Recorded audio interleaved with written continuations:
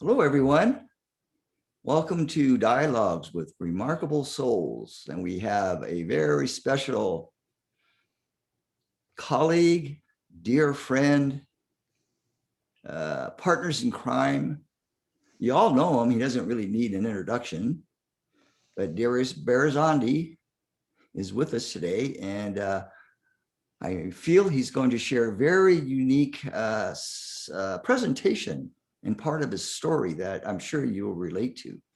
So let me go quickly here and briefly go over his little bio, which is really very big. All right, let's see.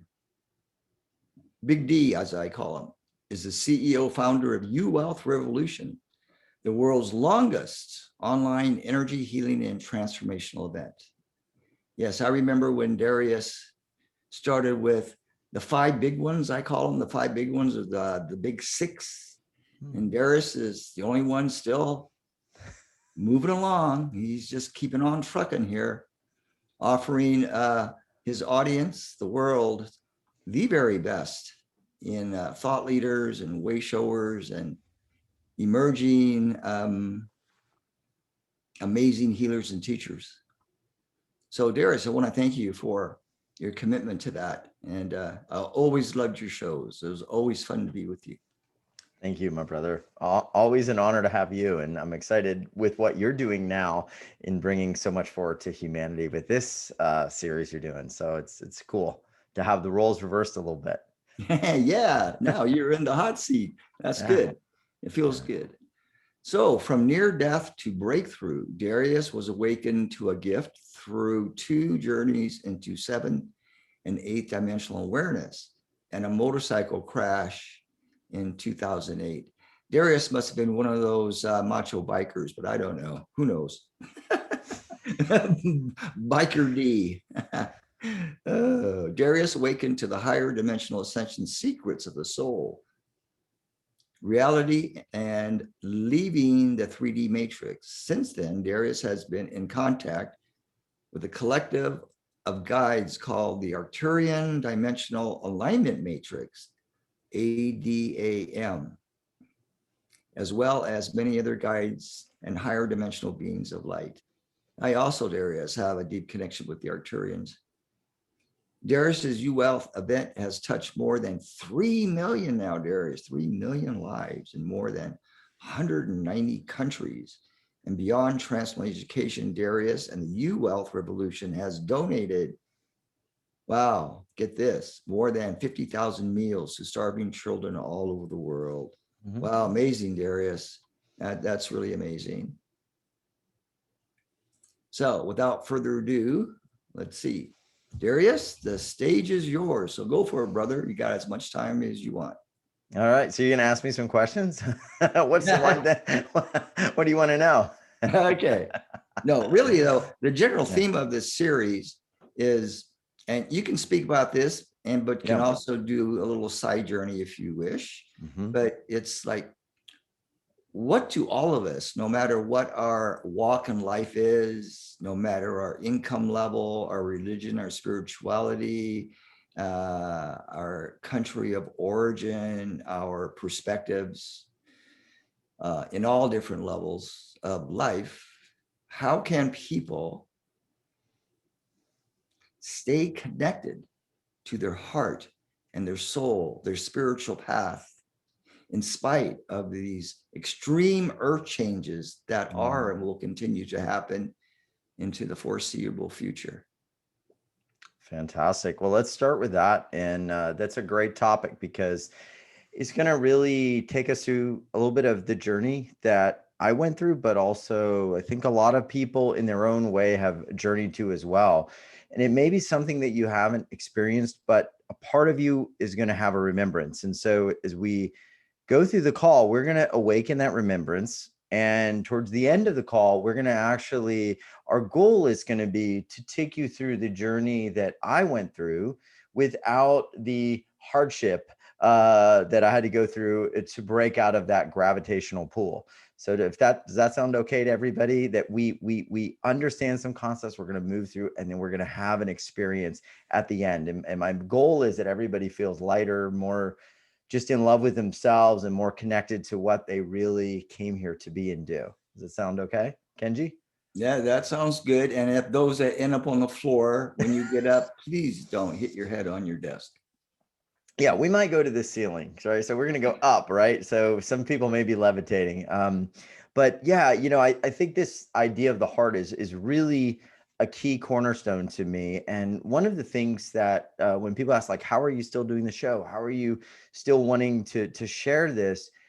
It's never been about trying to have a certain persona, trying to act like maybe I know everything or that I have all this wisdom. The only thing that I seek to connect to every single day when I'm interacting with people like you, Kenji, or your audience or the show, or just throughout my life is the one thing that we're focusing this call on, and that's the heart.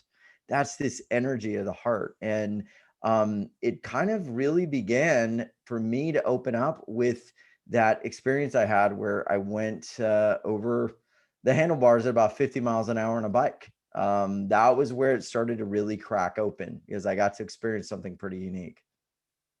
Did you in that moment feel like time had stopped and then you were actually kind of uh, knowing what was kind of going to happen and you weren't afraid?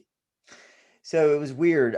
I had been, for a little bit of my background, many people know, like I started out as a lawyer, had, gone to law school and done actually an MBA program as well, because I was not really sure I even wanted to do law. So my philosophy in the third dimension was just rack up as many degrees as I could, work as hard as I could, push myself. And I had really not much interest in any of that stuff. I mean, I was always the type of kid that would, when kids were playing soccer, I would be the kid looking at the bugs, the blade of grass. And I'd be trying to figure out, why does everybody care so much about winning? I want to just look at the grass or like contemplate life.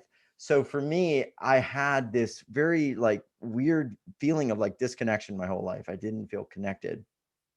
And when I started doing a little better in school, the first thing in my mind was like, if I do really well in school, if I become this title, if I get this degree, I'm going to get more love from my parents, more love from society. So that was the big feeling in me. That was the thing that I had to overcome, was that whole positioning in my life. And so I did all of that. So I went to law school.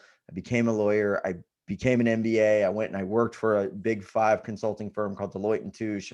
I worked in mergers and acquisitions. I worked in finance and consulting and did all of that. Then became a lawyer, passed the bar after working for a few years in finance, and then had my own practice and wrote books, got married. And it was interesting because, everything that I was trying to do was like a pattern that I was trying to do to please other people. So even the way when I met my wife, what was interesting was my first wife, it was one of those things where I was actually, when I look back on, was trying to replicate a story that my dad had told me when I was younger. So unconsciously, I was like, oh, I met her at this thing. And immediately I knew she was my wife, and I had to do it as fast as possible. I had to really almost mirror what my dad had done. Like that would make him happy. And I never asked the question, does this really make me happy? And I remember, I mean, literally, for any of you who have gone through this, or maybe you're just thinking about things in your life, I remember before our wedding day, I had made a vision board, and it wasn't a vision board of all the stuff that I was excited about doing with this person. We're going to take a trip. Oh, we're going to have a family. It was a vision board of all the things that I was excited about, that made me happy. And I went and I looked back at this vision board. So I found it like years later, and she wasn't even on the picture. Right. I mean, just completely blinders. And so I ended up, getting married, starting this career, going down this path. I was 37 years old and I was miserable. And for me, riding the motorcycles was just a way to get away from everything. You're just free. You can't really think about anything when you're going really fast because you're going to crash, you're holding on for dear life. There's not much that's going to go through your mind, but hold on. And so I kept going down this one area of a field, just this pass, and kept trying to go faster and faster. And on the last pass, which was like getting dark, it was right about this time that we have today where sun's starting to go down, it's getting dark. I've been riding all day. I'm really tired. And you start to get a little sloppy. You start to get a little careless because your concentration wanes. My front tire went into some sort of dip or depression in the field. I don't know. I still to this day don't even know what it was. I even went back and I walked that area, Kenji. Couldn't even find it. It is because I Wow. like later on I was like, I know this was where it was. It was nothing there. And when my front tire hit it, I was going about 50 off road, and I went over the handlebars, and I knew in that moment like was not going to be pretty. It was not going to be pretty. And so as I'm going over, this one hand got hooked up on the handlebars. It just hit the handlebar and it just snapped the arm. And then the other arm kind of shielded my face. And I went over. And when I went over, I saw that little boy in camp in a corner, not playing with the other kids and looking at the grass, looking at the bugs, and never really feeling like I was going to fit in. And that's what I remember before I blacked out, was that one scene from that, little inner child, just thinking, okay, I'm going to leave this earth, and I didn't figure it out. Wow. Yeah. And what were your thoughts when you woke up?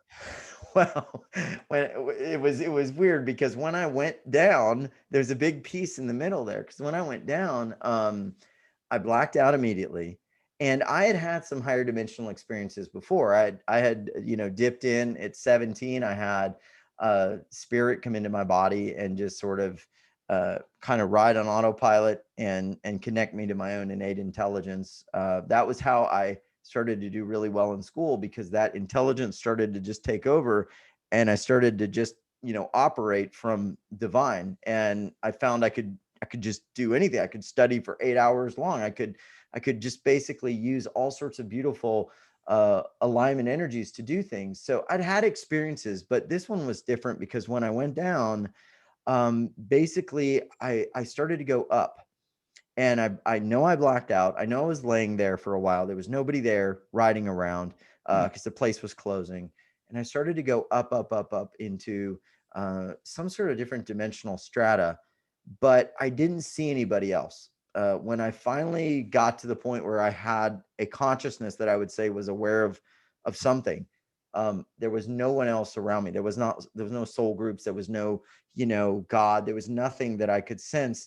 But what was very interesting was I was everything, but I was nothing.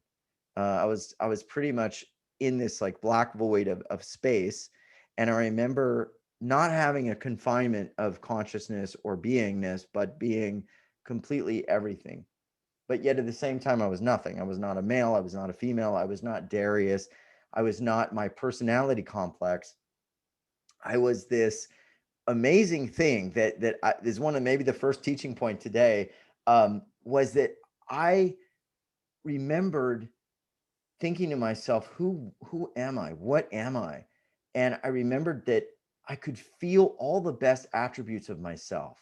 Like, we all have them, right? That one moment in your life when you do something noble, or you do something really, really kind, maybe to another person, and you feel this, your heart well up and expand.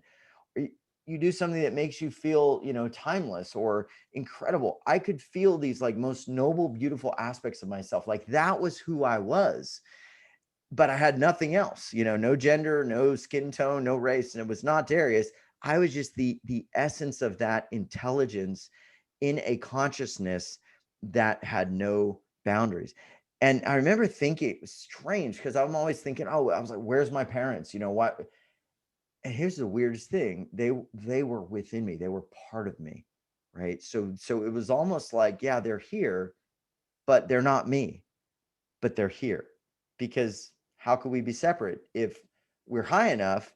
We're even maybe beyond the differentiation of soul groups. And so I felt that. But here's the interesting thing that I felt that carried with me, that helped me actually start You Wealth Revolution, was I felt bliss. I felt joy. The way I describe it, it's the weirdest thing, right? So I had no stomach. I wasn't like a being, but if you think about a kid on Christmas Day, that excitement maybe that a child might feel, that just that gnawing like expectancy and excitement or bliss, that love in motion, I felt that up there. I felt that in that space. And I remember that was the overwhelming feeling.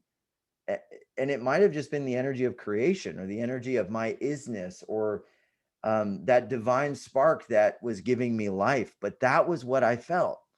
And so when I felt that and came back down after this was over, this experience, I'm in this body, and I'll tell you all what happened. But I started to think about, if that's really what I am, if that's what transcends whatever this meat suit is going to, move into when we're gone, and that's all that I am, then why am I wasting time on all the other stuff that doesn't bring me that? Like, why would I even invest a scintilla of my energy on something that doesn't bring me this immense bliss, this joy, this expansion, this feeling?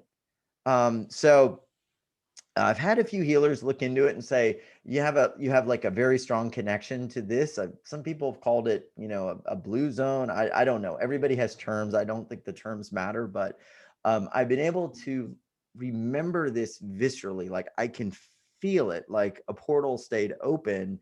So I didn't forget any of it. And so I really like to channel that through the heart as I go about my day. So when I came back, what happened was, I had to put, things into perspective. My arm was broken. I was laying there. Luckily, a man and his son, they had been riding around and stuff. They saw me. But I had to get the bike off of me. They were far away and they were kind of walking towards me. And I started getting the bike off me. I walked towards them, went to the hospital, fixed the arm, and came back. And then my whole life just fell apart. I mean, completely. You'd think after, having an experience like that, everything I touch is going to turn to gold and all that, but everything fell apart. Everything, because I realized that I had built my entire life on nothing, like on nothing that mattered to me. It was all just a big illusion. And so the illusion just crumbled. Wow. That's pretty awesome, bro. Yeah. And a lot of people think, oh, you have this awakening experience, everything goes well. It's like, well, it kind of can accelerate everything that had to leave, right? Because how are you going to put energy into stuff that isn't in resonance anymore? You're like, why am I wasting time on this? And so interestingly, my ex-wife at the time, like 3 months later, she just, came home and said, that's it. It's done. I've already filed the paperwork. There's nothing you can do, and I'm crying and I'm, sad and all this stuff. And I still had an awakening experience. So think about it. I mean, I still went through the range of emotions. I was still a human being. I still have an awareness of that, but I'm still in the body dealing with things. So I say this to people who think, oh, if I have an experience, then nothing's going to affect me. You're still going to move through life. You hopefully can tap into that wisdom and have a recentering, a center, right?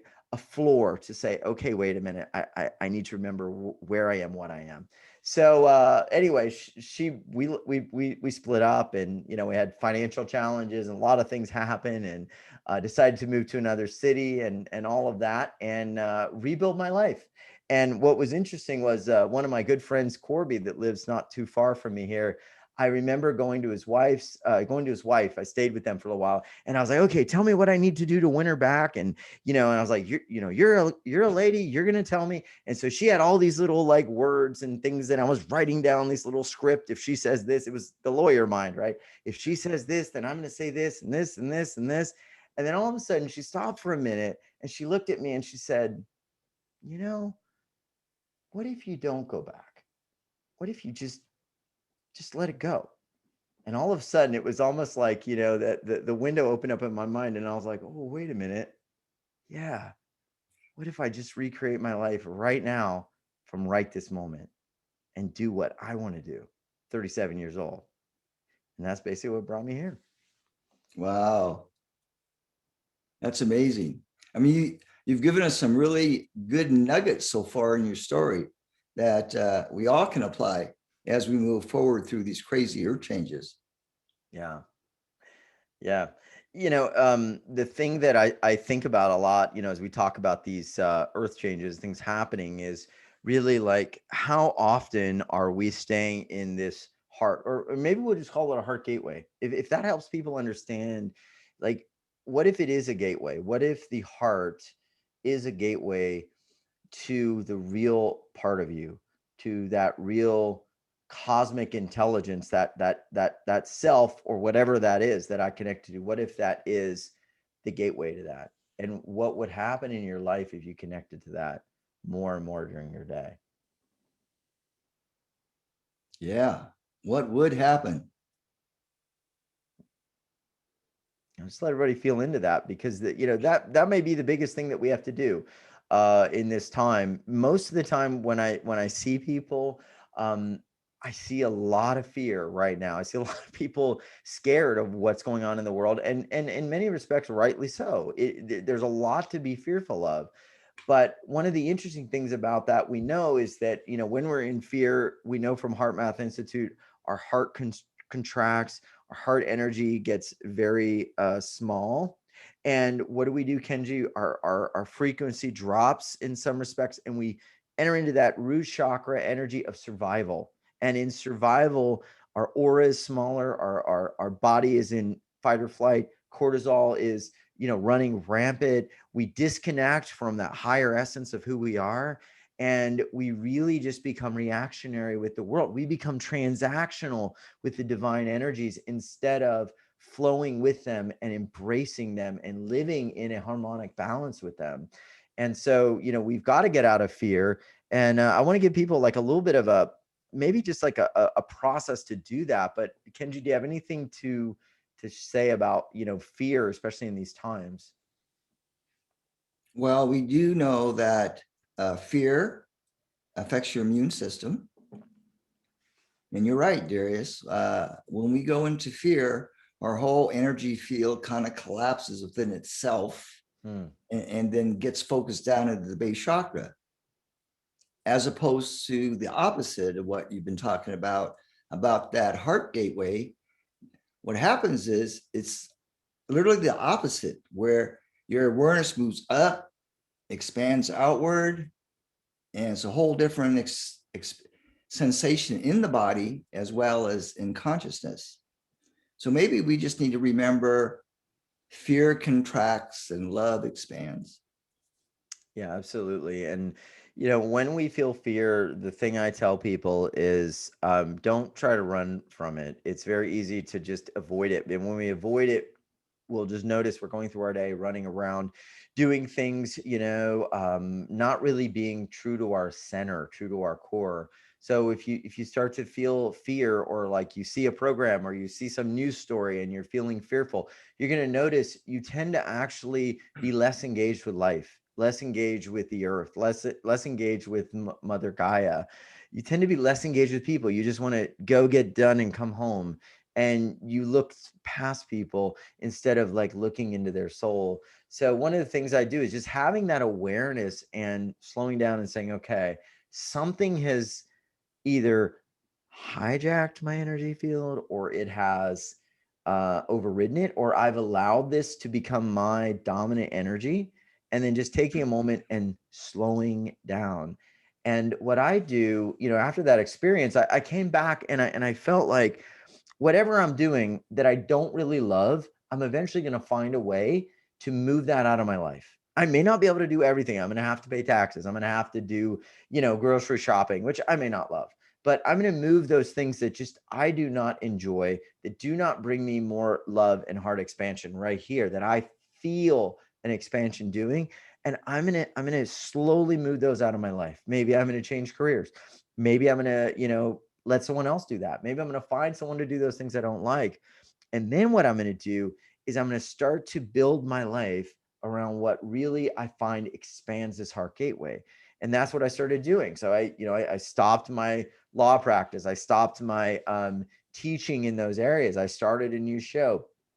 I started to only want to resonate with people that really made me feel like that deep, deep love. And that's how I met my wife, Sherry, who's now my wife, and she's putting the kids to bed right now.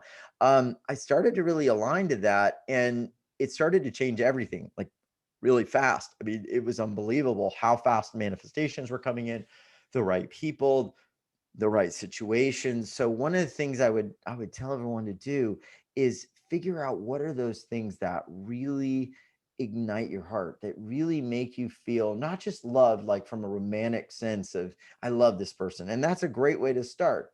But there's also a love of nature. There's also a love of poetry. There's also a love of history. There's also a love of creation and art and doing something, or a walk in the field, or your pet, whatever it is.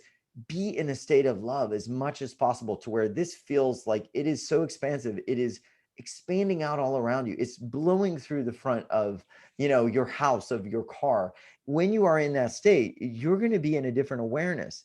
And if you find yourself not in that state, we can then do something really powerful. We can choose to cancel and revoke that energetic control or manipulation. And if I find myself in fear, one of the first things I do is I'll just say cancel. I'm going to cancel. I'm going to stop.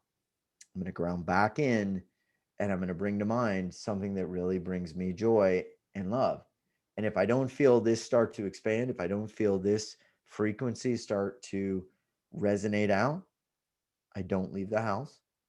I don't try to engage in business or something that needs to be done. I don't want to create from that space. I want to create from expansion, because what I create from that expansion is going to be created from the infinite part of me that lives forever, that is forever. And I don't want anything else that's not created from that, right? Wow, beautifully said.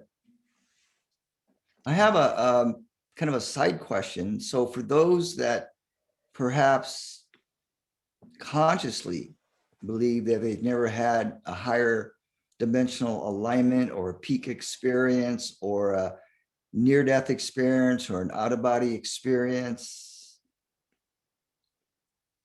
how can they keep going and moving in relationship to what you just said? It's a great question. So, we'll change the nomenclature a little. If we say near death, we don't need that. Peak, we don't need that, right? These are just sometimes things that happen. And this was about 13 years ago. Now, I really believe people are able to experience, and I think they have always, because I think the dimensions are getting thinner and thinner, and these doorways are open. People are able to experience things like this all the time. It's just we don't realize it through the human perception filter. We don't realize we're experiencing divine bliss. We don't realize, in the sunset is this, divine unfoldment of all the creation energies and all the beautiful rays of love and possibility. So you don't need those types of experiences. In fact, I wouldn't seek those out. In fact, that would be radically dangerous. So don't seek it out. It's really in those moments of going deep and really asking yourself, and we'll do this in the process a little bit later, when were you the most happy?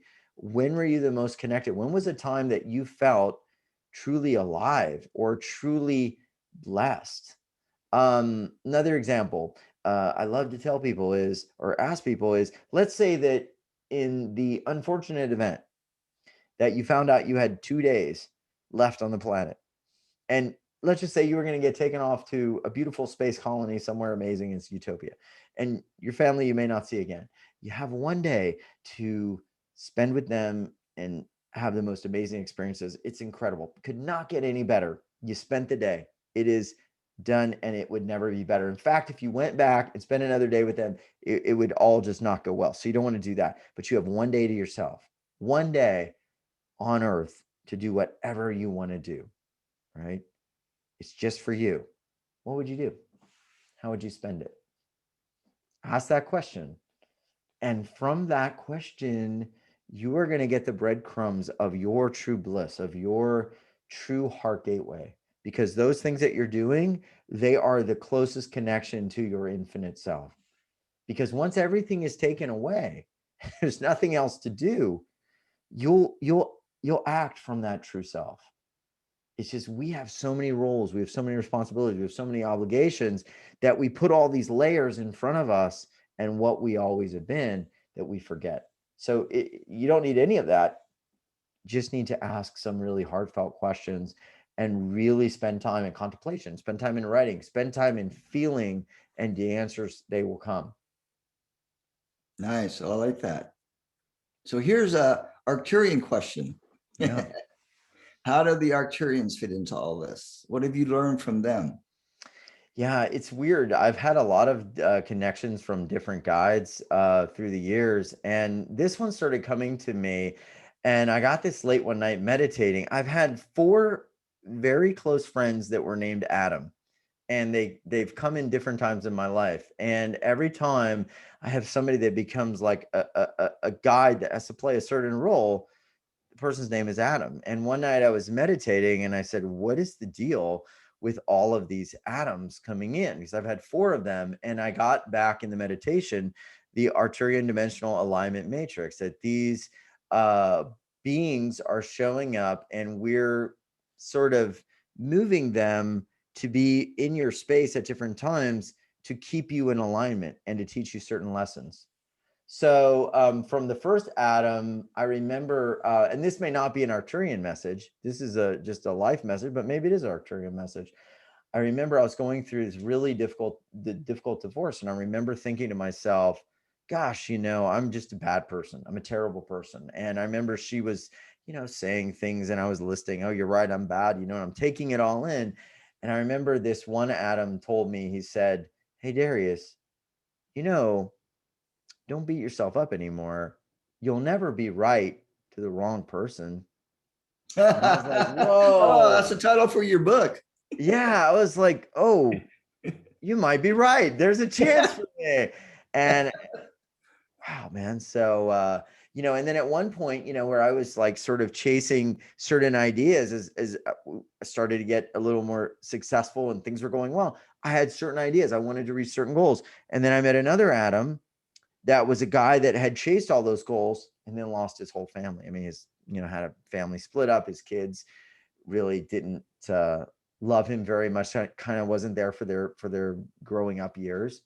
And immediately I rewrote, every goal I had and said, okay, I'm not going to follow that. Thank you, Adam. And that was all about like, the greatest riches, the greatest wealth is family and friends and experiences. Don't chase anything that will not last. That's not going to be here forever, right? Your memory is going to be here forever. If you're chasing wealth or money and all that, that's not going to be here.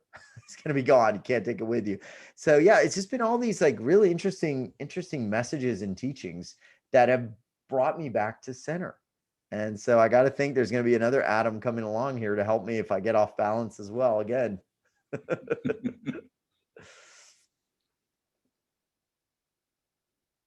What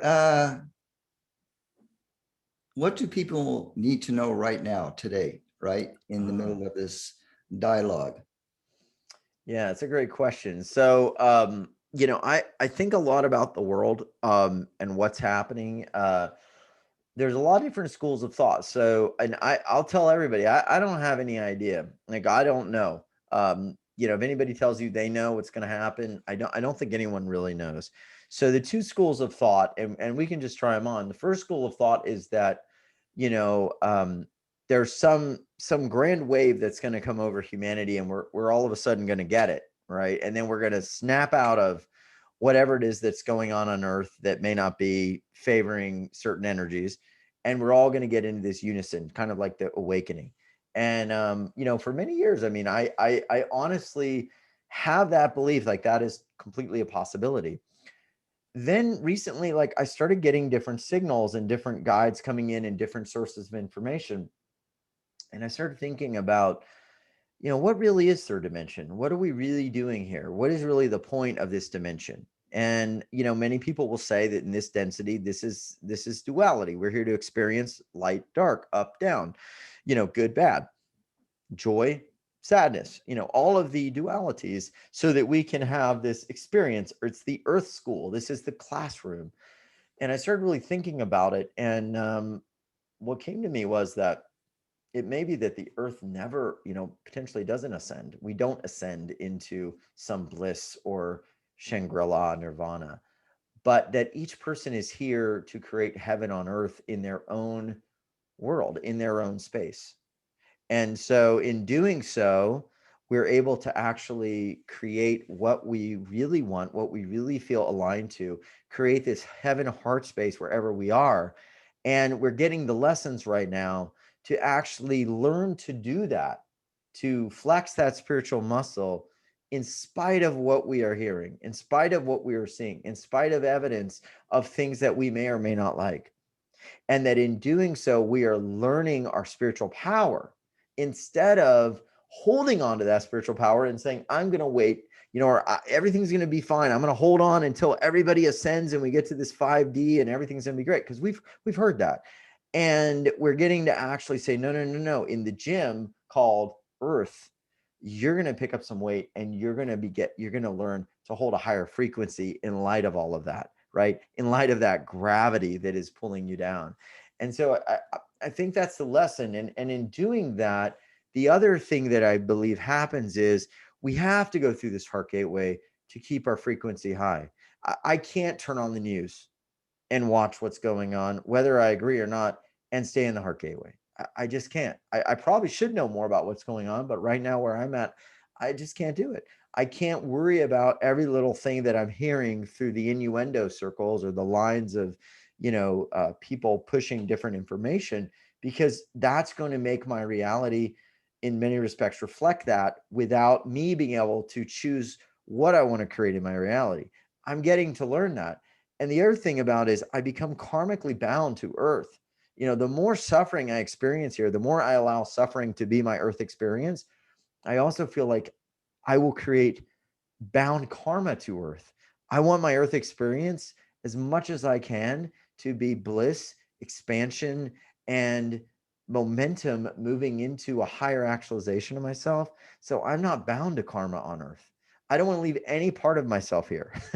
So I'm kind of, my goal is like, how do I sidestep between worlds? So I've already got one foot in the other world of just joy, bliss, expansion, kind of like we do on your journeys, Kenji, and experiencing that feeling. So that's where your journeys are so close to what I experience. That's what I love about your work, is because it's that type of reality that we're all going to go to. I really believe that. So I look at it like that. I want to be in both worlds, and I want less of myself anchored into the karma of this world. Because the earth and the souls here, they're going to move through whatever they're going to move through. Um, I'm going to also move through what I choose to move through it. And I'm going to choose to be a higher dimensional celestial being moving through this space, free of karma and attachment, free of judgment of any of it, and just moving through it as best I can. Yeah, I agree with you very much so. The way that I would say it for myself Yeah. would be to know when my consciousness is trapped in the old matrix and to extricate myself in that moment. So, whatever you want to call it, pain, suffering, doubt, worry, anxiety, Yes. we all know the symptoms of being stuck in the matrix. You know that movie? I still relate to that movie, The Matrix by Keanu Reeves. That's right. So when we learned, oh, that's the old matrix. Now, how do we get free of that? How can we re-be our sovereignness? Because we are sovereign beings trapped in the matrix. Well, I'll tell you. So if you remember in that movie, Keanu Reeves, I think all of them had like these plugs right in the back of the Yeah. neck or something like Uh-huh. that. So the first thing is, what do they do? You saw Morpheus pull that Yeah. out. You start to unplug that. So, Yeah. you unplug from those direct hypnosis devices, the television and all that, tele vision and all of the stuff that we call it. You start to unplug from all that, right? So then you unhook from that information system. But after you do that, then the thing that wasn't happening in the matrix, whatever the red pill, blue pill, the red pill was not about living in the heart and living in love. It was about battling the matrix, right? So I think that's fine, but battling the matrix isn't going to put you in that space, because now you are intertwining karma with all of this world. You can be an activist, you can do things in love, but once you start fighting, once you start getting into that level of vibration, I think now you're mixing karma. And that's exactly what the third dimension wants you to do, because that's how you get locked down into this dimension. So, I mean, I found myself with that with a lot of different things this year. And I found myself to be so miserable, frustrated, and just hopeless that the gateway was starting to close off.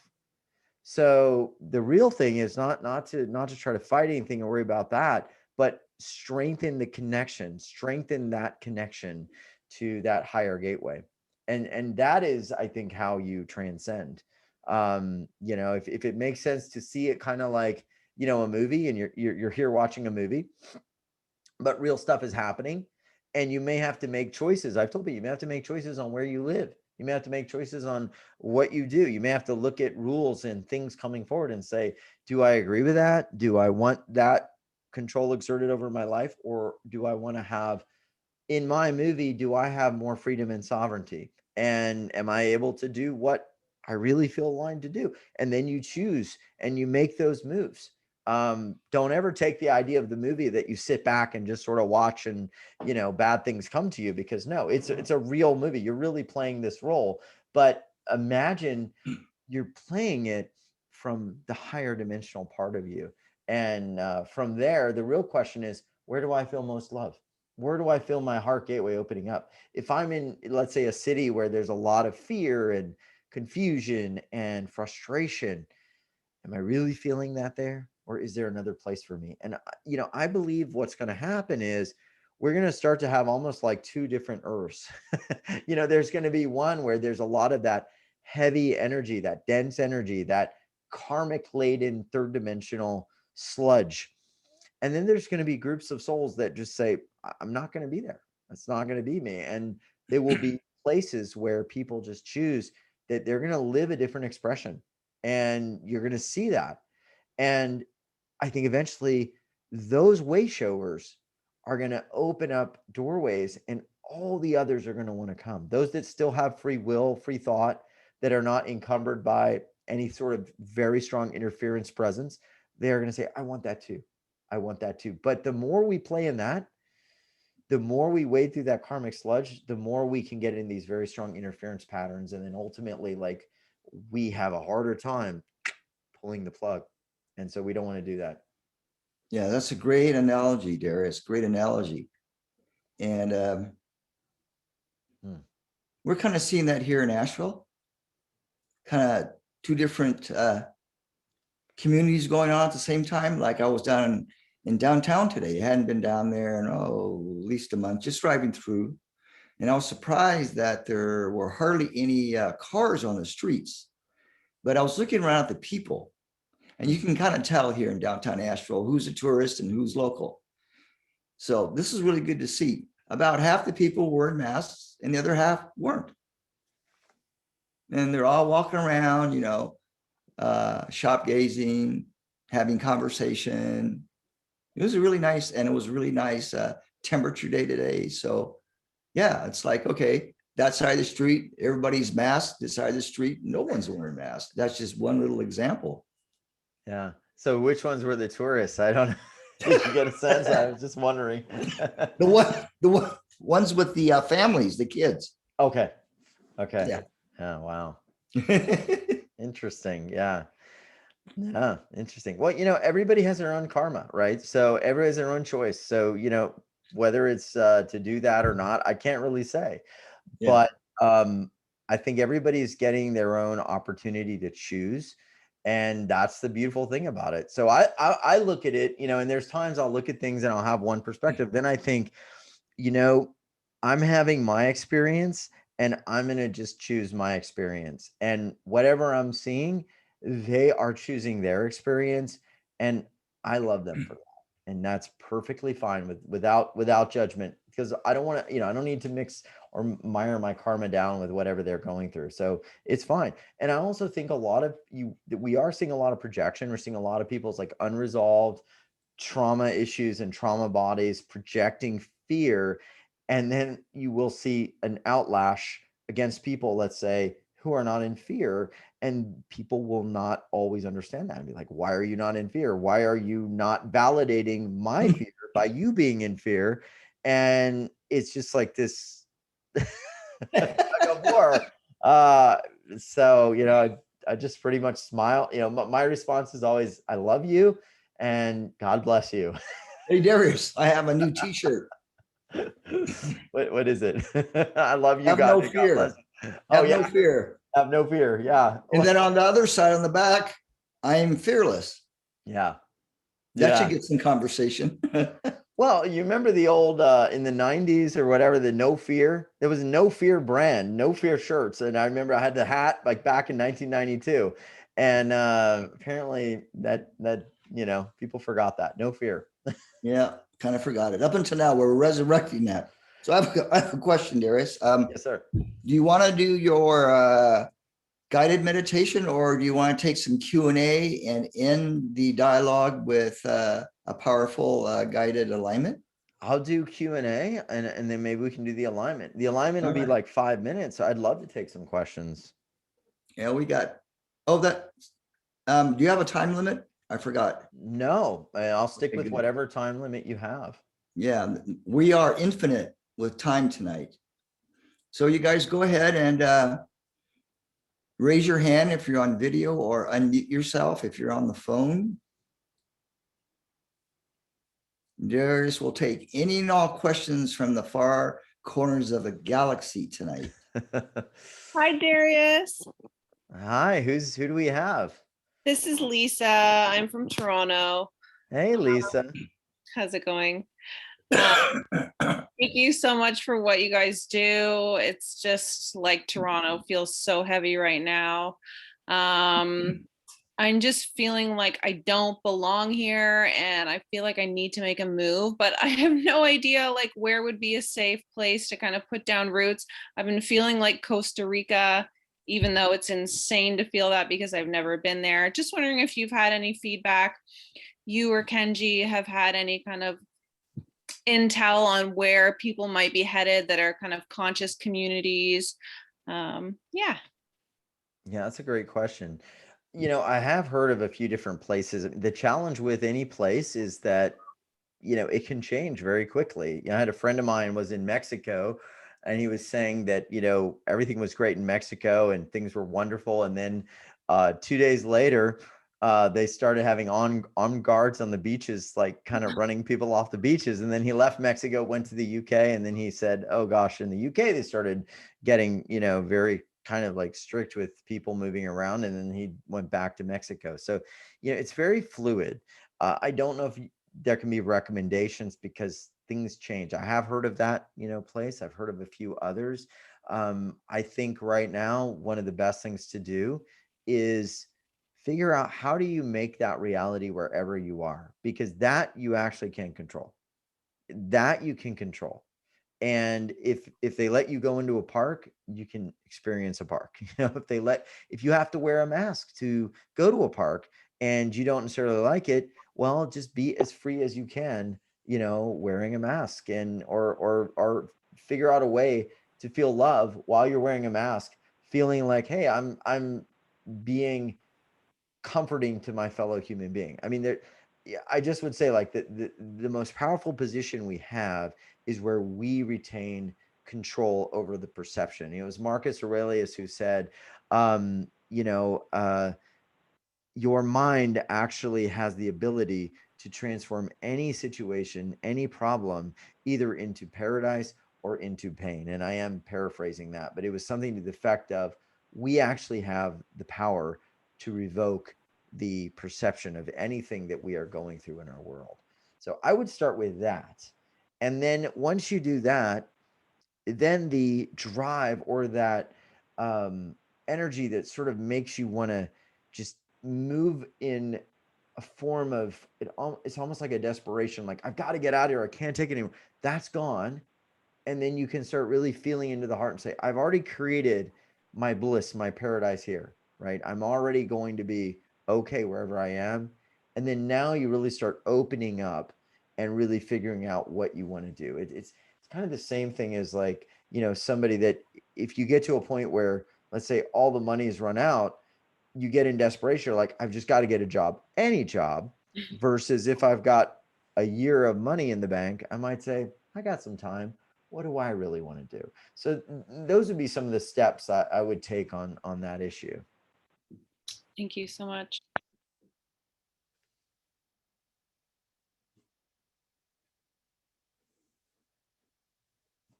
All right. I don't know if we have any other questions. Can y'all still hear?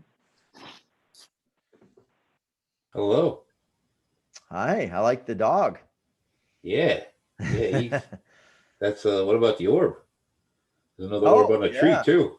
Oh, I see it now. Yeah, I see it. Yeah, that's I have a 30-year relationship with that water, and it goes from upstate into the St. Lawrence to all it is. It's connected to that water connects it all the way to the ocean. So it's infinite. Wow. I've been playing with the telomeres awareness because there's, when I start to look at that, there's this first of all, there's 70 trillion of them for beginners. And then, from there, there's 4 in each cell. So right away, you're up to 240 or 280 trillion if you want. And that takes us towards an infinite understanding of self, for starters. And then the fact that the biophotons are the language of the telomeres. All of a sudden, I know that I'm infinite and I'm a source of light. And I can explain it medically and biologically and scientifically without the esoteric and metaphysical and belief systems, which, work for us all in our individual way and are beautiful. But my question is, and anyone can chime in on this, what is a word or concept we can use for all 4 clairs at once? For all 4 clairs. So clairvoyant, clairsentient, clairaudient, and I don't know what the other one is, but a word. Cognizant. Claircognizant. A word. What about awareness? I don't have an answer, but maybe we could just, for purposes of where we are right now, what about just awareness? Yeah. Just an awareness. And maybe we can all do that. Let's just be aware. We can close our eyes for a little bit. We're still going to do a process, but for our dear listener here who's written in, who has a lot of beautiful energy and a lot of beautiful things around him, let's just connect into that awareness.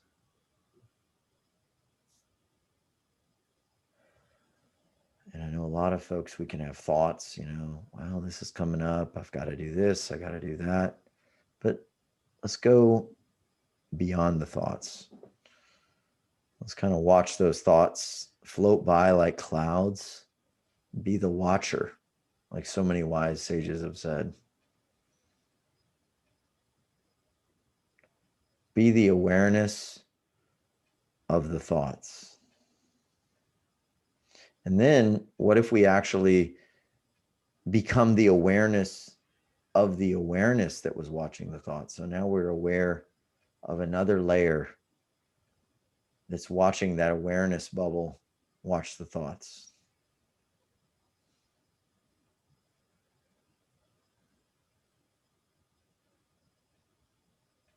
And then we're going to take all of that awareness and just put it into a ball. And imagine it's in a beautiful silver sphere. And we're going to take that sphere of all that awareness, and we're just going to push it off to the side gently.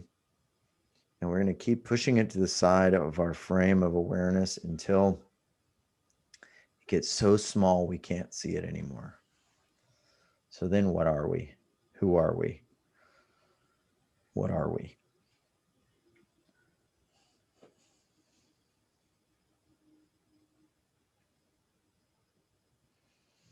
It's almost like the reverse Russian nesting dolls.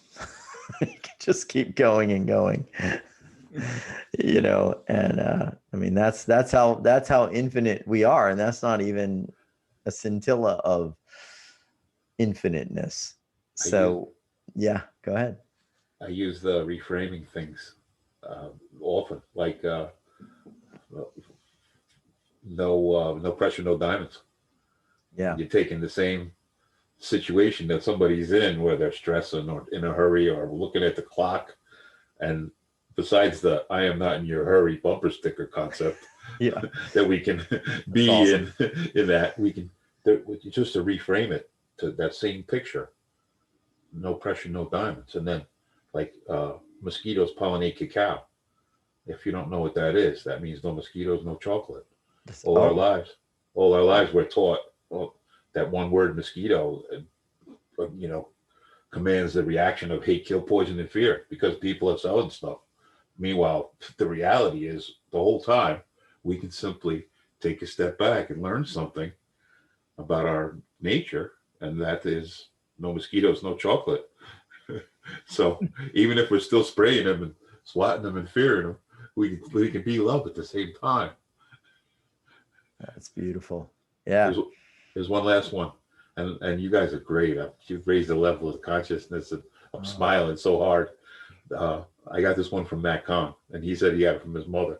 When you hear ambulance and it wakes you up, and the collective conscious of the neighbors and all, you're thinking these things that are other than love. Most of all, what if you just say, "Hey, oops, somebody's having a baby," and you go back to sleep in love? Don't we have that choice? That's beautiful, brother. I love that. Thank you so much. Wow. Thank you, Matt Kahn, and thanks to you. What was your name again? It's Randy in New York. Randy in New York. Bless you. What part of New York are you from? Are you in? Southern. I'm near the city. We've talked before. I've been on your show. Yeah. I'm using the name Entelechy because it's my way of getting out there without commanding attention. I'm saying, if you don't know what Entelechy is yet, well, here it is right in front of you. It's one meaning would be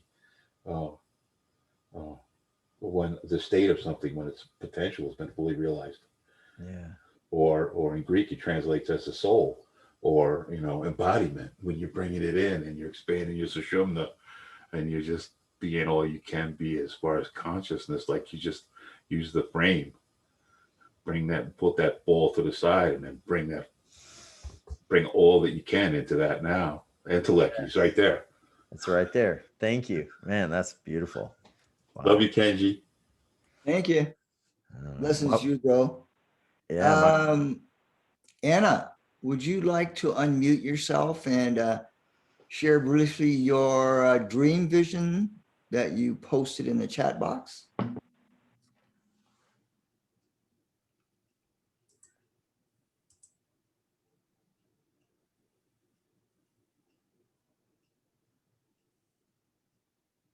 I don't know if you heard me.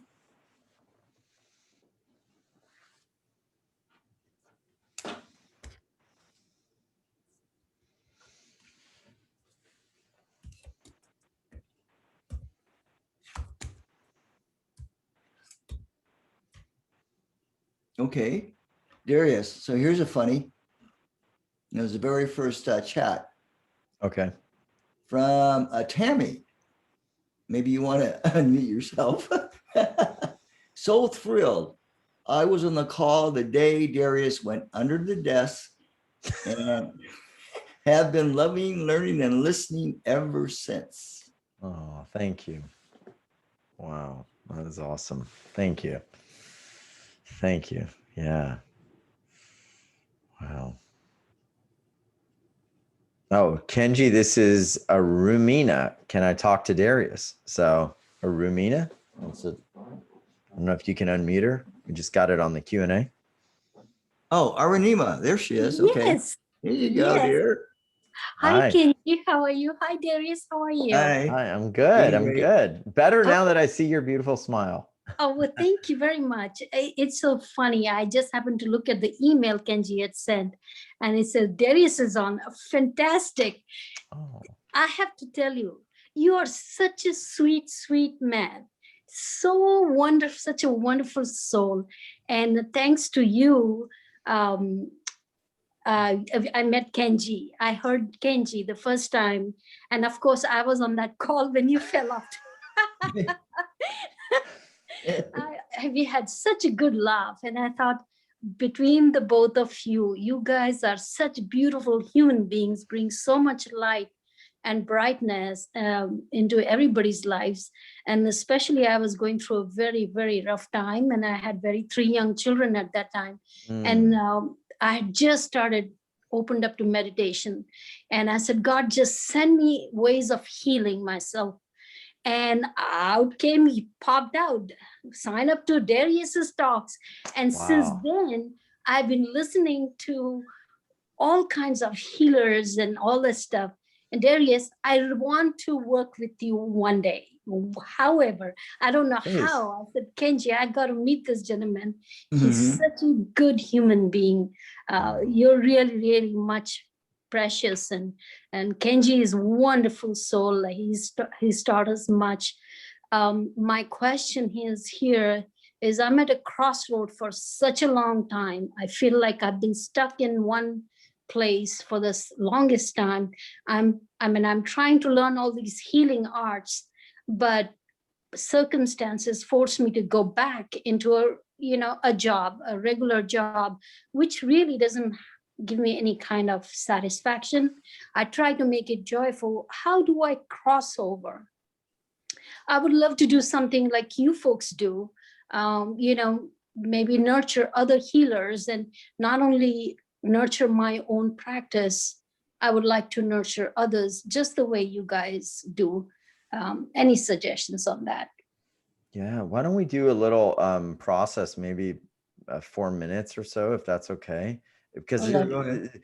the message that I always get when I do work with folks is that the answer is always inside of you. So I could give you the third dimensional, do this, do that, do this, but you probably already know that. What we can really do is connect your highest self to your conscious awareness to get those answers. And because once you change from within, then it's pretty much like the die becomes set, the path is going to open up. So is that okay if the way I work this is my higher self, my higher connection connects to your higher connection, and then we see where it goes. And we could go just about anywhere, but is that okay if we can do that? Yeah. Okay, great. And I say your name, let me write it down. Arumina? Something close like that. It's Arunima. It's Arunima. Arunima. Okay, fantastic. All right, so I'm just going to connect in. You can just have your eyes open or closed. It's all perfectly fine. And I'm just connecting in to my higher self, going in. And is it okay if my higher self connects in with your higher self, Arunima? Yes, absolutely. Okay. So as we're plugging in here, I'm getting two energies that are they're kind of like the gatekeepers of you, what's really in your heart and what you really want to do, and what maybe is your responsibility or your familial responsibility to do. I'm getting a strong male energy. Mostly I'm getting male and female, but I'm getting a male energy. Does that make sense? Okay. Like a dad figure? Yeah. Okay. So was your dad more open to your exploration ideas, or was he more open to more of a structural, safe, secure type of job world? My dad was very, very expansive. Okay. Okay. So he was open. So when you connect in right now to what you want to do, where you want to go with this type of teaching and work that you're going to do, what does your dad say to you? Go explore. Okay. So he was coming in as the positive, and your mother was also coming in. So your mom, how was she? Mom was extremely creative. Okay. Very bold. Okay. And what would she feel about this in your estimation? Are they still alive? My dad is not. My mom is barely hanging in by a thread. Okay. Yeah. I have a grandmother that's right there right now. So my heart goes out to her. So what would we're going to let her kind of speak to you through this gateway, which she can always speak to you. It's not through me. I'm not anything special here, but we're just opening up a little sacred space where we're going to have a little bit more of a communication because we're taking the time to have that awareness. So what would she say to you about moving forward on a different path?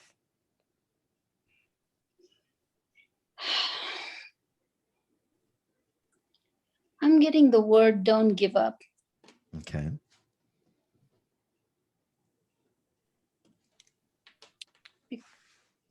Go ahead. Because I have felt like giving up.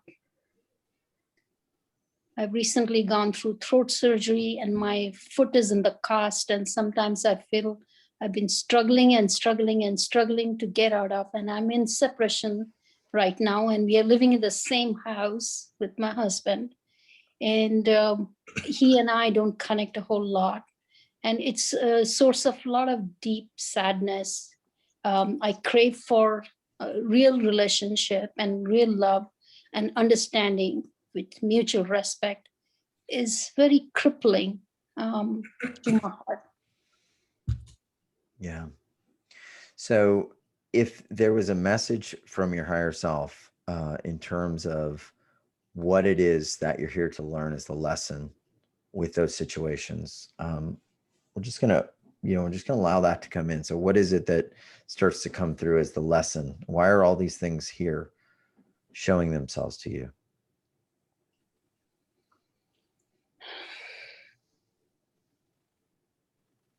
Quite honestly, I don't know at this point. I'll open up a little dialogue here. So you can just repeat after me, and I have no idea what's going to come through, but just repeat after me. If you feel called, the reason that you are feeling these feelings, you can just repeat after me. The reason that I am feeling these feelings, sorry about that, So the reason I'm feeling these feelings is so that I can know so that I can know and understand how I can so that I can understand how I can navigate into my light, navigate into my light, no matter what I am faced with. no matter what I am faced with. Deep down inside, I know Deep down inside, I know the light that is all that I am the light that is all that I am is always going to come out and shine for others. is always going to Come out and shine come for out others. and shine for others. The first step is always for me The first step is always for me to begin to act now, to begin act now, even if situations don't seem right, even if situations don't seem right, because part of the reason I came to this earth because part of the reason I came to this earth is to show the world to show the world what is possible, what is possible, no matter what is going on around you. no matter what is going around you. All is perfect. All is perfect. All is in divine timing. All is in divine timing. And all is here for me to be a bigger gift on this planet. And all is here to be bigger. For me to be a bigger gift on this planet. Okay, so all is here for me to be a bigger gift on this planet. On this planet. So we're going to integrate those energies. So you may feel something or nothing, or, you may feel it just coming in. This is from your highest self, just coming down. It may come in down through your crown. You're just feeling this. It could be the feeling of love, the feeling of expansion, the feeling of peace, the feeling of not having to wait, feeling that the imperfection that seems to be imperfect is actually the perfection that is needed for things to be the most teachable environment on Classroom Earth for you. So we stop looking for things to be perfect, for the time to be right. And instead, we look for the ways that we can begin now with the seeming imperfection and begin to turn it into a beautiful creation. Because that is the energy of conscious creation after all, isn't it? Yes. Yeah. So we're not dealing with the energy of without, we're dealing with the energy of within, which we always have, which we always will have, and which we ultimately will return to 100%. And that energy knows no limitation. That's the message they wanted me to get to you today. It's beautiful. Awesome. Well, thank you, Arunima, for that Yes. and connecting. Thank you. I love it. Thank you so much. It rang so true. Every word you said, I felt in my body. Oh, I wow. Happiness. I felt like it just rings true. Every word you said. So thank you. I'm so grateful to you. Oh, thank you. Bless you. Namaste. Namaste. Nice one, Darius. Want to take one more? Sure. Yeah. And then we'll do our experience. Yeah. Okay, time for one more person there.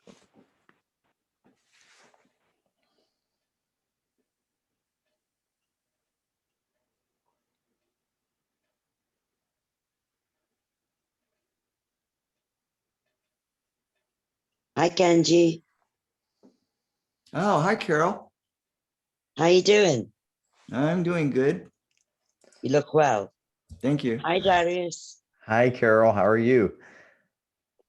I like your. I'm okay. I'm still having all what you said today rings Oh, true for me too. yeah. I can feel It, that. Yeah. oh, it started when I was 7. I was electrocuted. I had my first out of body experience then, but I knew I wasn't in the world. I was of the world, but wasn't in it. Yeah. I was disconnected. And when you say the heart, I've got so much compassion and love that if I go really in my heart, I'll cry my life away. Because every time I keep stepping forward and doing things like being introduced to Kenji, everyone in America, all the healers through you, I stumbled on you just on Facebook. But I knew I've been doing a lot of holistic therapies over the years and that. I've been diagnosed with mental health problems and that. And I was told I was clinically depressed as a child. So what I'm trying to say and ask you the question about is my heart goes numb a lot. It goes numb and disconnects. And when you were talking about the higher self, I'm struggling. I'm struggling to connect to it, to my higher self. Hmm. When did that start? Because you mentioned as a child kind of feeling like you were between worlds. When do you feel like there was a struggle to connect? When I was 7.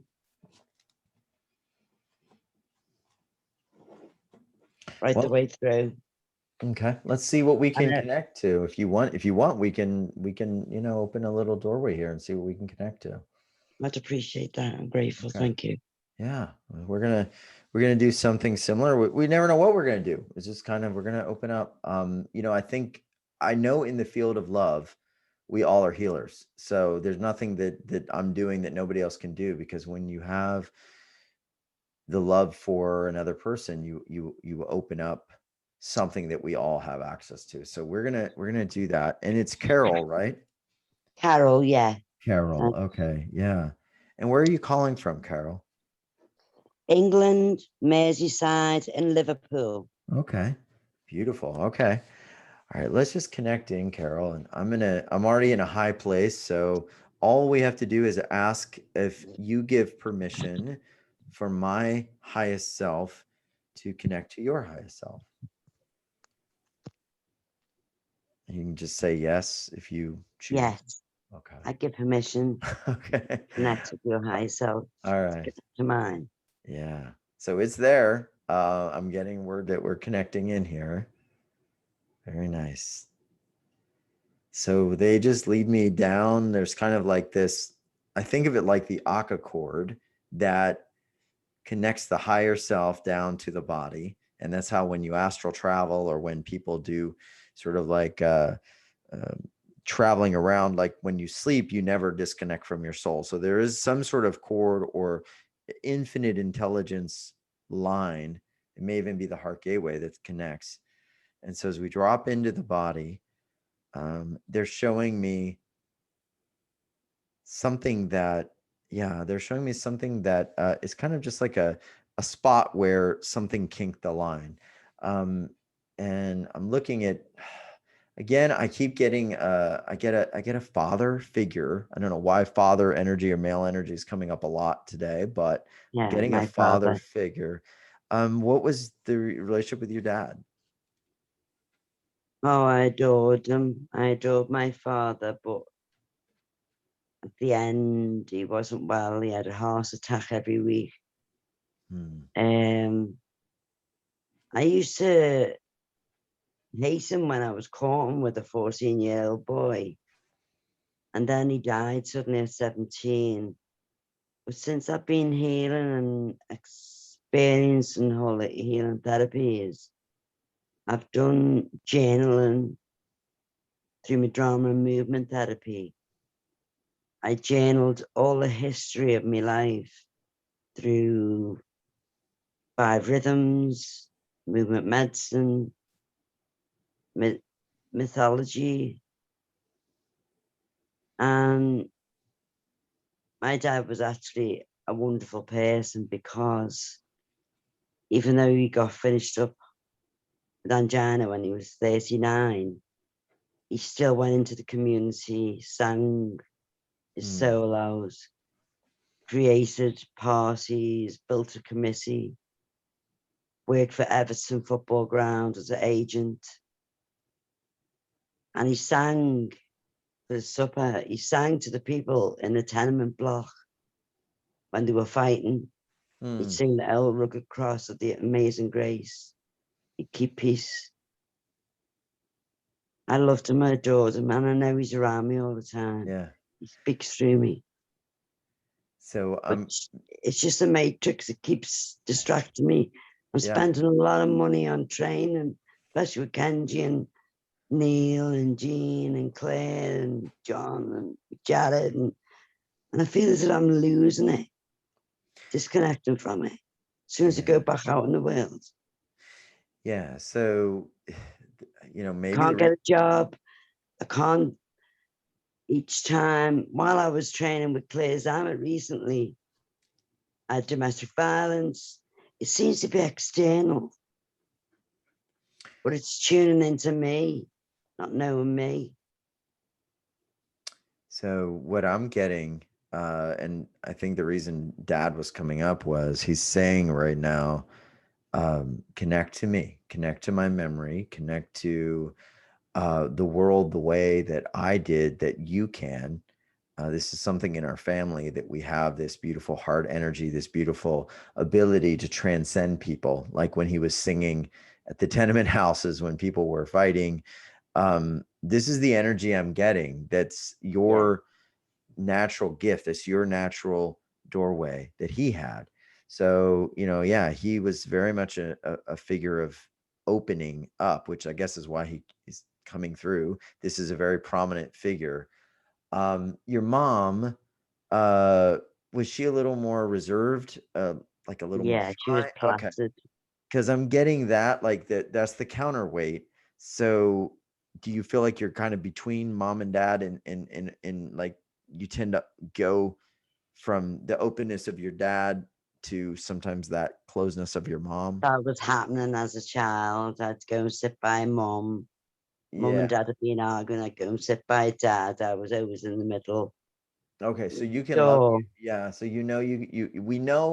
we know at a conscious level, right? We can love them both, and be totally in love with both of them, but not need to take on their personality to love them. And we know that. But as children and our subconscious, sometimes we begin to go to that other personality, and that's fine. But now what I'm getting is your higher self just saying, Carol, you don't have to take on anybody's role or anybody's personality complex, even though you love your mom. You can be fully you. You can be fully you. And when the world gets challenging, difficult, uncertain, instead of going to sit with mom, you can still fully love her, but be open like dad and be that nurturing, expansive, loving spirit that sings when people are fighting, sings when people are hurting, brings light when people are suffering, and be that healer like your dad was, because your dad was a healer. Your mom was a healer too in her own way in the Yeah. family, because we need that place to have refuge, right? But you can be that in your own way. So this is what I'm getting. It's not that anyone is better or worse. It's just we take on a little bit of a role when we have a challenge. So let's do a little bit of a if this feels right, if anything I say doesn't feel right, don't repeat it. Just say no, I don't want to repeat that. Oh, But it's spot on. so we're gonna just connect in, and whatever message comes through, just repeat after me. And if you don't feel it, don't repeat it. I, Carol, I, Carol, understand that I can love understand that I can love my mom and my my mom, dad dad, fully fully by being 100% me. by being 100% me. In fact, the greatest honor that I can give them In fact, the greatest honor I can give them is to be the 100% full creation to be the 100% full creation that their beautiful souls that their beautiful souls and divine bodies and divine bodies created on this earth plane, created on this earth plane. The best parts of both of them The best parts of both of them are within me and around me always. are within me and around me always. I can use them as tools We could use them as tools, healing abilities, healing abilities, energetic doorways, energetic doorways, softening frequencies, softening frequencies, and loving frequencies for the world. and loving frequencies for all the world. And I can also And I can also contribute my own unique gift and abilities contribute my own unique gift and abilities to the world by fully being me. to the world by fully being me. And in fully being me, I am honoring all that they created. And in fully being me, I am honoring all that All they they created. Perfect.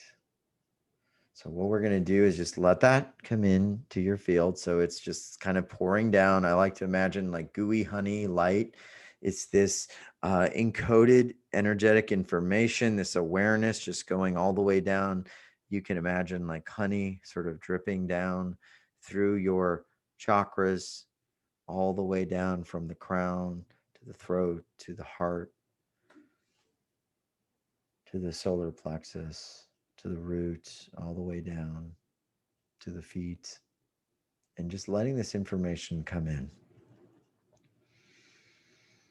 and knowing that there's nothing else you need to do. There's no more programs you have to buy. There's nobody else you need to learn from. That your dad showed up to say, remember how I was a healer to the world. Remember how I healed in those days, people brought Yeah. unity. And your mom, remember how I made the home safe and quiet and reserved and good. And so you already are a healer. And in doing it your way, not my way or anyone else's way or this person's way, you are honoring what they created. And that's the lesson that your higher self wants you to carry out. Honor what they created and what you are. And just, as the old Nike commercial would say, just do it.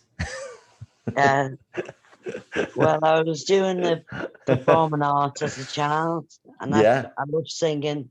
I played the harmonica. There Love you working go. with children. Trying to get a job with children right now. But I'm wondering whether I should stay with the performing arts with myself, Well, because I still love singing. yeah. Heal Feel them through into, singing. yeah. Darius, that I was see wonderful. I see it merging. I see it merging into something very unique. I don't necessarily see it like performing arts, but I do see some form of healing arts, healing energetic arts through singing, through connection, through loving people. So I do see a healing role. That's what I need around me, because we're in my area. Not many people believe in this stuff. Well, you're the Of one. the 9 That's why children, I'm that's the why only you're one. there. That, as Yeah. Kenji would probably say, that's why you're there. Yeah. That's why God bless you. Thank you She's the so much, one. both of you. you're the chosen one. Yeah, you're the one in that area. You're the light bearer right there. So, your dad had to sing to all those people fighting in the tenements, and he was the one, right? And then people were Yeah. probably like, why is this guy singing? We want to fight. And he kept singing, right? He kept singing until people started feeling the energy. So you're the one. You're in that. Street theatre for the kids, the youth. I want to set up a theatre company for street theatre to educate everyone and heal everyone. Yeah. But through the youth, because there's nothing when I was a child. Yeah. Start with one person, start with whatever you have, whoever you have. And I've healed a little girl before from not speaking, autistic. wow. After 2 sessions, she spoke after 5 years. Wow. And that was drama therapy. Okay. But all this got stagnated. For the last 15 years, I've had operations in my spine and many health problems, but I haven't been able to help myself. Only through my own Reiki on my own hands, on my own body. And from Kenji and all yous. Since I've met this community, this loving, generous, unique, I'm getting emotional, uniqueness of his. I used to think I was on my own. I was going mad. Yeah. And then once I connected and listened to every healer and your conversations and Rika, everyone, it's been going on for nearly 15, 20 years. It got me through, and I carried on studying while I was healing myself. So I'm like the wounded healer. I want to heal others. Yeah. Thank you very much, Carol, for sharing here. Thank you for the I think time. it's time, dear, we do our famous Darius guided meditation, whatever he's going to do. All right. Well, Sorry you've been so long. Thank you. No. Thank you, Carol. I'm going to mute you now. Okay, I'm going to put you on speaker view, Darius. Okay. All right, we're ready for the journey. Yeah, let's do it. So, we've been dabbling in these energies from the beginning of the call. So we've been talking about connecting into these frequencies. So I'm going to just close my eyes, and I like to use a pendulum, which just is kind of a way for me to know what's going on. Spirit's communicating through the pendulum at times. So one of the things we're going to do, you can simply just close your eyes and follow along. We're going to go wherever Spirit decides we're going to go. But I want to just make sure that interference isn't here, that there's nothing that can affect us where we go, and that we just stay very open to possibilities. So what I'm going to do is first ask consent. Can we do this journey? And counterclockwise is a yes. So we're getting a yes. And can we also open up and clear out any pathways, any dimensional grid lines and portals that we may travel on, to make sure that they are safe, they are secure, and they are free from any interference? And we're getting a yes. And can we also call on, the angels, the divine team? And we're getting a no on that, so we're not going to use the divine team. Can we call on celestial beings, helpers, perhaps some friendly, benevolent, higher beings like Arcturians, etc.? And we're getting a yes there. So we're not going to be calling in the angels, we'll be calling on some dimensionals, I guess, interdimensionals. They want to come out and play.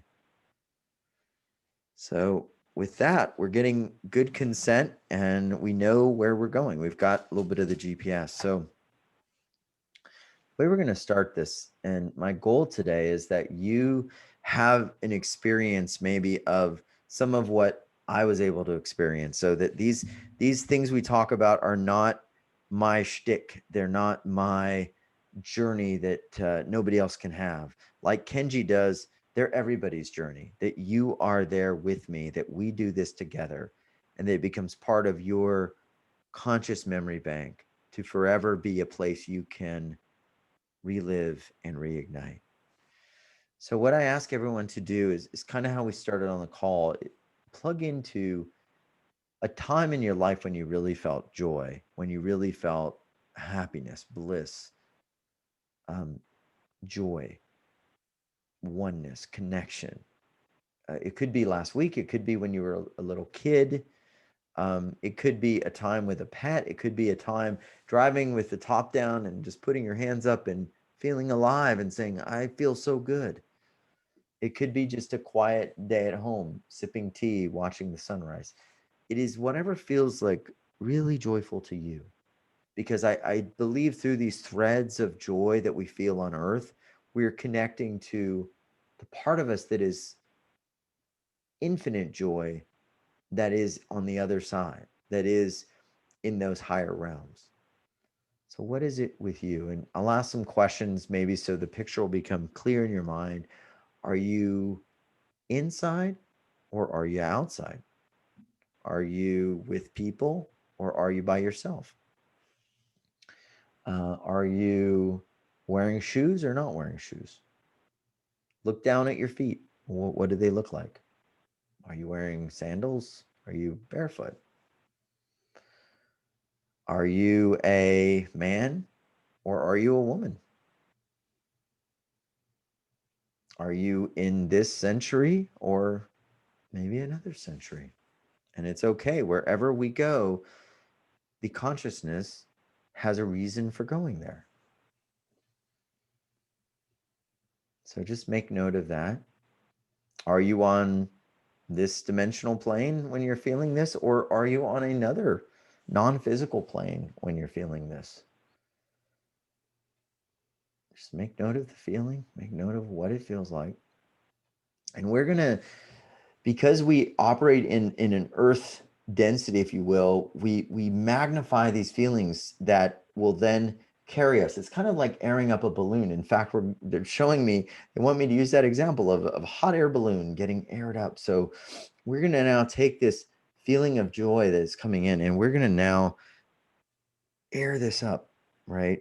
We're going to turn that dial, that lever. And, the hot air balloons, when you turn the lever, you can hear the gas kind of go, and then it just starts going higher and higher. So we're going to turn it up, and we're going to go from 1 to 2 to 3, and just expanding the joy, expanding the feeling. You can imagine This is a feeling getting more vibrant. You can imagine it getting bigger. Maybe it's a ball of joy. Maybe it has a color. Maybe it's moving. Maybe it has a texture, but it's getting bigger. Maybe you're going into the joy and it's all around you and you're looking around, seeing it all around you. We're going to go to 3 and 4 and 5 and 6. And as we go, it just keeps growing. The feeling gets stronger. And it can start from just one little experience of joy, maybe something that happened to you as a child, as an adult, and we're just expanding it. We're going to go now to 6 to 7, 8, feeling this expansiveness just begin to go into every cell of your body. This feeling of joy, even if you have a remembrance and you can just barely taste it, I want you to imagine that you know it and it's going into every cell of your body like a beautiful pink or honey, golden, white light, just literally imbuing every cell. 9 and 10. Just take a big breath in. We'll take 3 breaths. So 1, breathing it in, feeling the feeling, going into the scene, the moment, the energetic imprint of it. 2, yeah, feel the feeling, feel what that feels like, the expectancy, the love in motion, because that's what that feeling is. It's a feeling of love, but now a forward motion. It wants to move. It wants to go somewhere. In fact, we're going to start moving with this energy because it doesn't stand still. Love doesn't stand still. When we are in love, we do. And 3, breathing in and feeling it everywhere. I tell people when you are in love with what you are doing, you want to move, you want to do. So let's let the energy move us. And we're going to just travel with this energy. You know, if it feels right, imagine like a beautiful pink ball or beautiful silver ball or something that is carrying you like a golden cocoon. And we are now, you know, looking down at our feet and we're very safe in this place, but we see something below us and we're going to call this third density, right? Because we are feeling so much love that we've actually, without even knowing it, we've lifted up out of that third density. So now we're at a level above it, looking down. And as we go in this beautiful balloon, this beautiful cocoon, we have some of these higher dimensional friends like the Arcturians and the Palladians and others that have agreed to go with us on this journey. They've told us that it's going to be them that are going to guide us. They want to show us something today, something maybe that will change our life. They want us to have an experience. That's what brought us all here. So they're going to just lift us up higher. We don't have to do anything, but we're going to be aware of what we're feeling. So as we go up through this fourth density above the third, make note of what that feels like. It may feel exactly the same. It may feel cooler, it may feel warmer. For you, it may have a very different feeling than someone else. Just make note of that feeling. You may feel that you feel more connected to love or just to the oneness. But they want us to keep going. So we're going to go now into a different vein of energy, and we're going into what we might call this fifth density.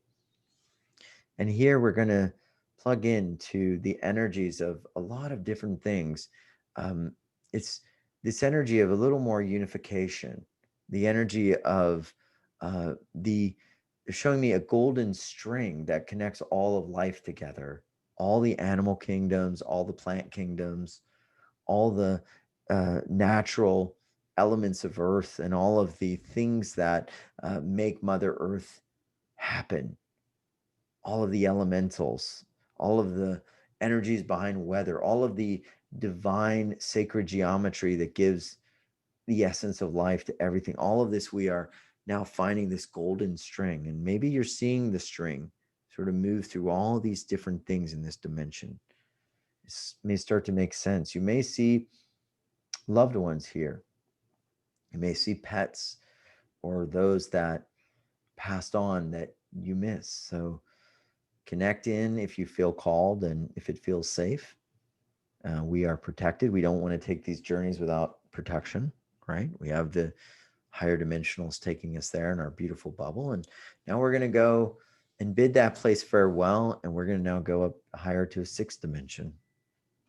Here, the frequencies are finer. Now, instead of individuated souls, we have groups. You know, we have the energies of our family soul group, the energy of a whole kingdom.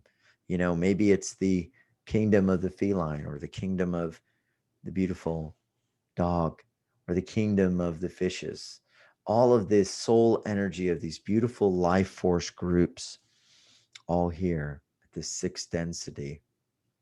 And as we keep going up higher into the 7th density, we're going to feel these begin to merge even more. And now we just have this sort of life energy. We have this life frequency, that there's a frequency of life. There's a frequency of the different kingdoms, the organic kingdoms, the kingdoms of the rock and the crystals, and all of the beautiful terraforming energies that form worlds, all of it here. And as we go higher into the 8th and 9th, we're just going to now begin to notice that as we look at our form, we don't recognize a form. We don't recognize a gender. All those things start to slip away because we've moved beyond all of that soul orientation. We are still connected to source. We're still of the light. We are definitely divine. But now we are just connecting to something that is our intangible essence. So think back as we get to this place. We're going to call it sort of this 7th, 8th dimensional space. Think back to that moment of joy that you felt on earth, that moment of love and expansion and bliss. And in this space, there's going to be a message as to why you felt that. It's going to be very clear as to what that was in your life, why that was there.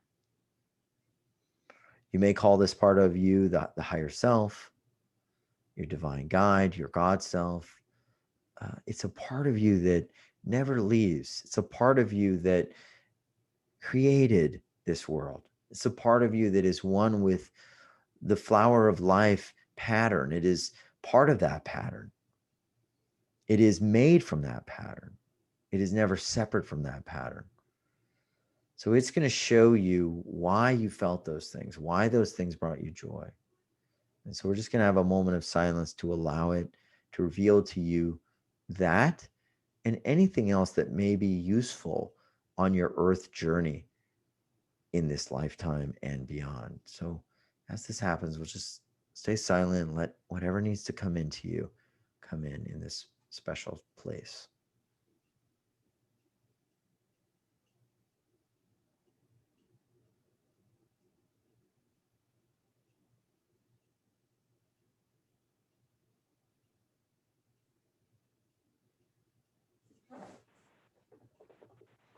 And if nothing comes in, that's fine too. It can be just a place of peace and retreat from all of the world.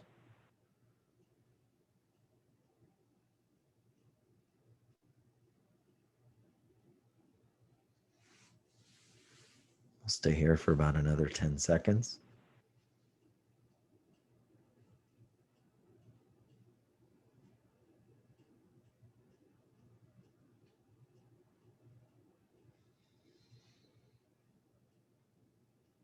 Perfect. And as we begin to accumulate the knowledge and aggregate the wisdom that came in, maybe you know exactly what came forward for you, or maybe you're not sure, and that's okay. We're going to suspend all judgment, because here we're going to just let whatever is, because the answers will come in due time.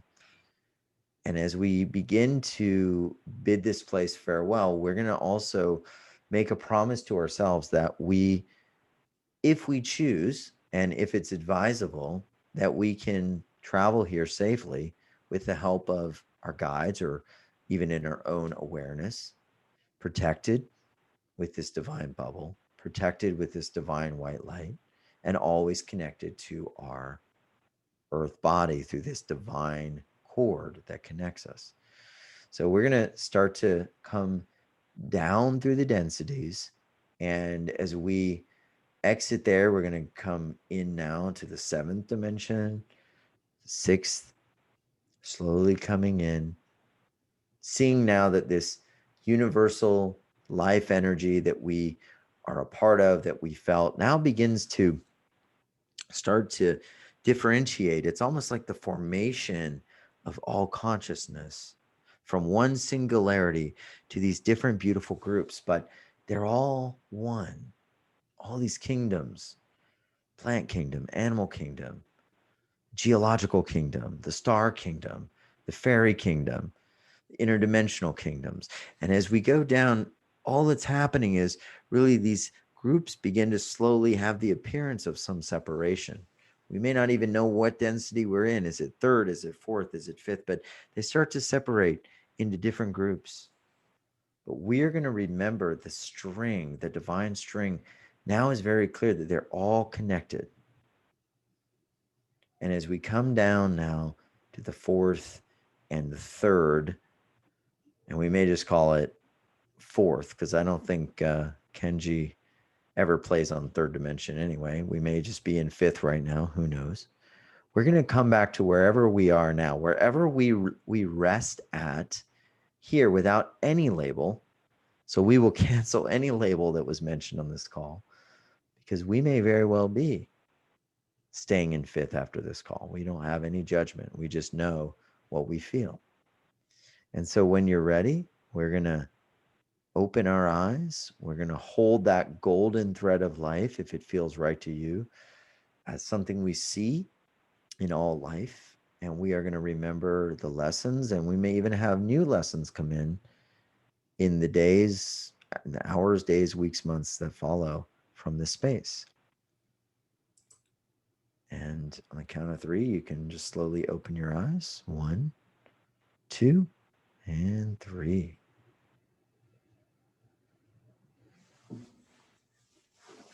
I never want to come back.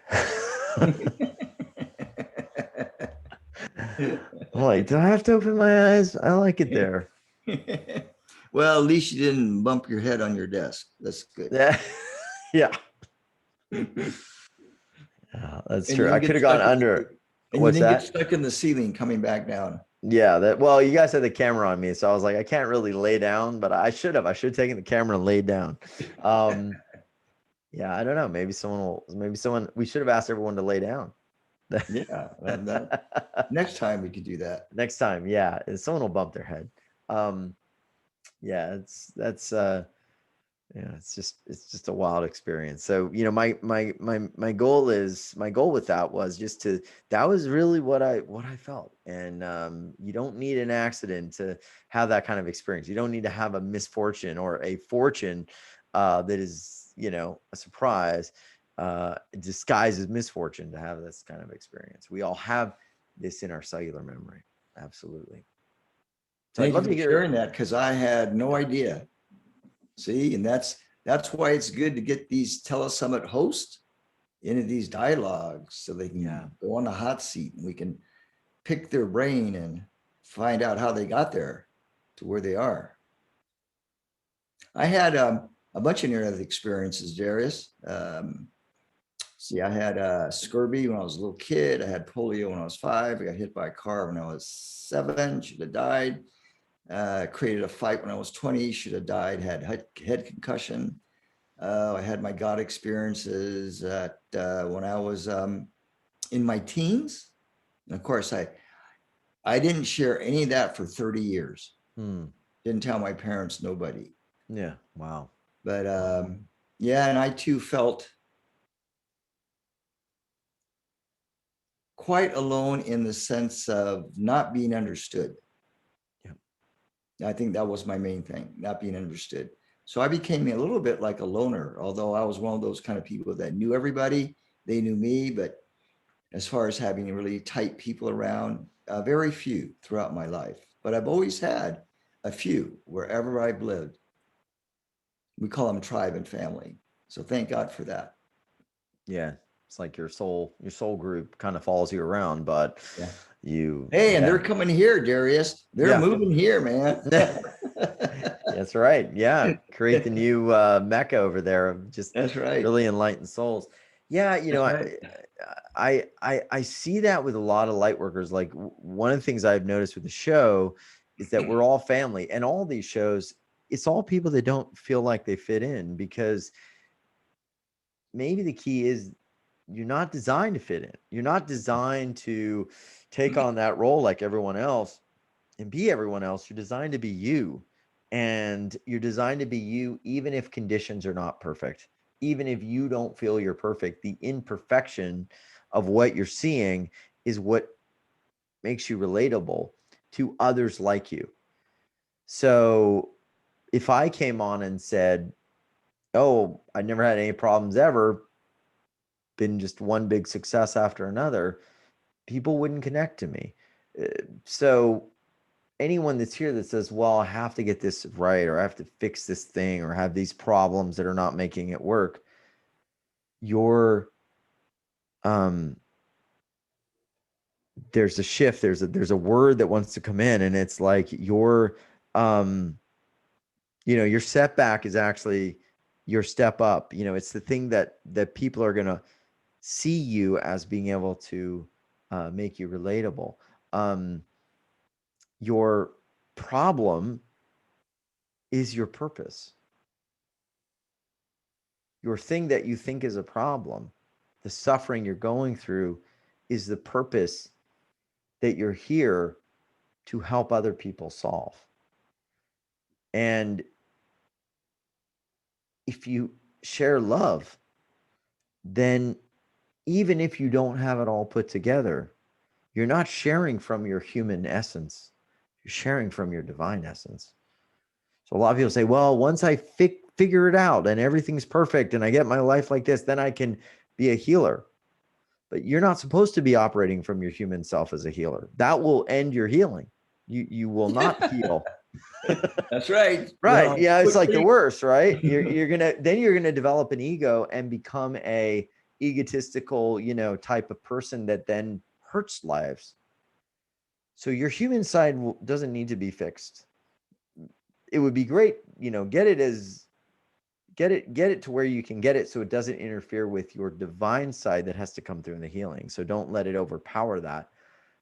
But you don't need to be perfect. In fact, that thing you're sensing as the imperfection will keep you on the journey.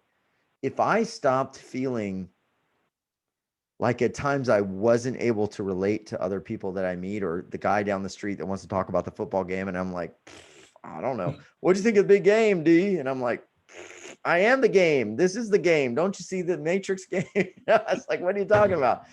But if I stopped feeling that feeling of separation in a way, I wouldn't be doing this work. I wouldn't be wanting to get to what it is that we're really here to do. What really is that secret? So don't look for things to be perfect. Don't look for things to be fixed before you can do what you're here to do. Just start doing it. And if you don't even know what to do, ask for guidance, and whatever comes through in your heart, when it comes through in love, it's going to be the right answer.